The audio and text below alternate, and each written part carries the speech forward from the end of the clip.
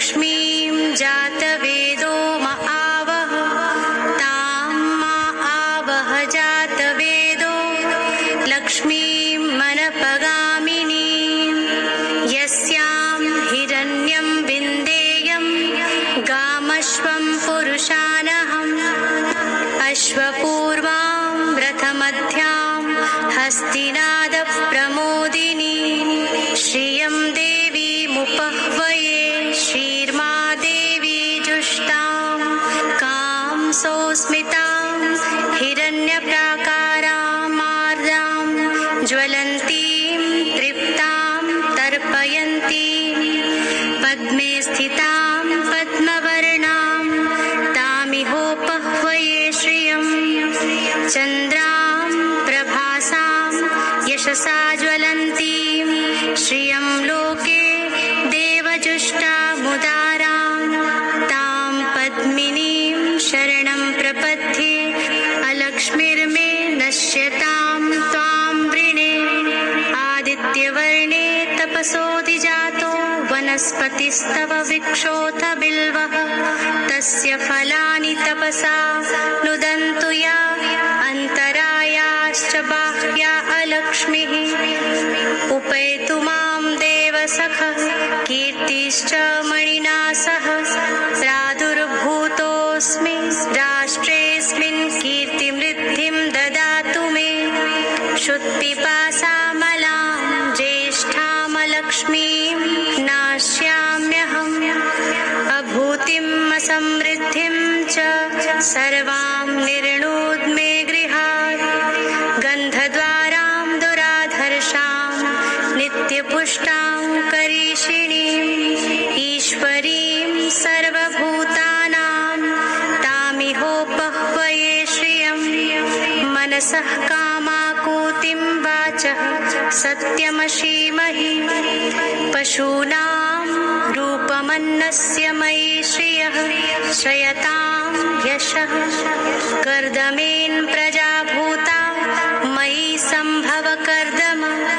श्रियं वासय मे कुले मातरं पद्ममालिनीम् आपः सृजन्तु स्निग्धानि चिक्लीतवसमे गृहे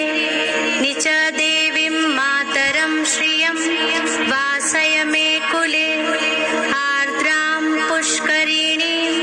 पुष्टिं पिङ्गलां पद्ममालिनीं चन्द्रां हिरण्मयीं लक्ष्मीं जातवेदो म आवह आर्द्रां यः करिणीं यष्टिं सुवर्णां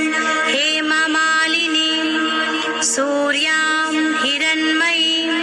लक्ष्मीं जातवेदो म आवह तां मा आवह जातवेदो लक्ष्मीं मनपगामिनीं यस्यां हिरण्यं प्रभूतं गावो दास्योश्वान् विन्देयं पुरुषानहम् यः शुचिः प्रयतो भूत्वा जुहुयादाज्यमन्वहम् सूक्तं पञ्चदशचं च श्रीकामः सततं जपे पद्मानने पद्मविपद्मपत्रे पद्मप्रिये पद्मदलायताक्षि विश्वप्रिये विष्णुमनोनुकूले त्वत्पादपद्मं मयि सन्निधत्स्व पद्मानने पद्म ऊरु पद्माक्षि पद्मसम्भवे तन्मे भजसि पद्माक्षि येन सौख्यं लभाम्यहम् अश्वदायि गोदायि धनदायि महाधने धनं मे जुषतां देवी सर्वकामांश्च देहि मे पुत्रपौत्रधनं धान्यं हस्त्यश्वाश्वतरीरथं प्रजानां भवसि माता आयुष्मन्तं करोतु मे धनम् अग्निर्धनं वायुर्धनं सूर्यो धनं वसुः धनमिन्द्रो बृहस्पतिर्वरुणो धनमश्विना वैनतेय सोमं पिबतु वृत्रः सोमं धनस्य सोमिनो मह्यं ददातु सोमिनः न क्रोधो न च मात्सर्यं न लोभो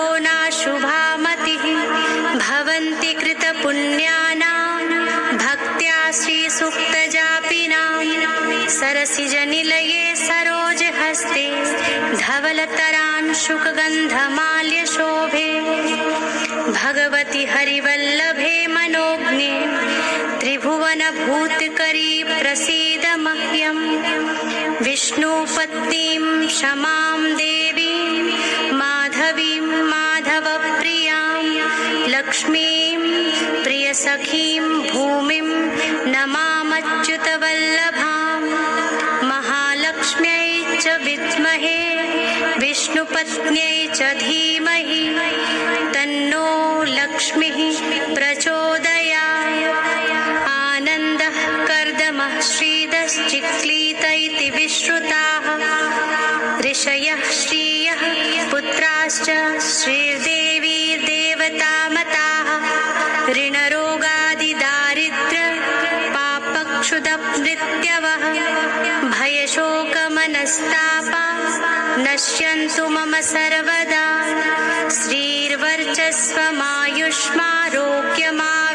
श्रीर्वर्चस्वमायुष्मारोग्यमाविधाक्षोभमानं मह्यते धनं धान्यं पशूं बहुपुत्रलाभं शतसंवत्सरं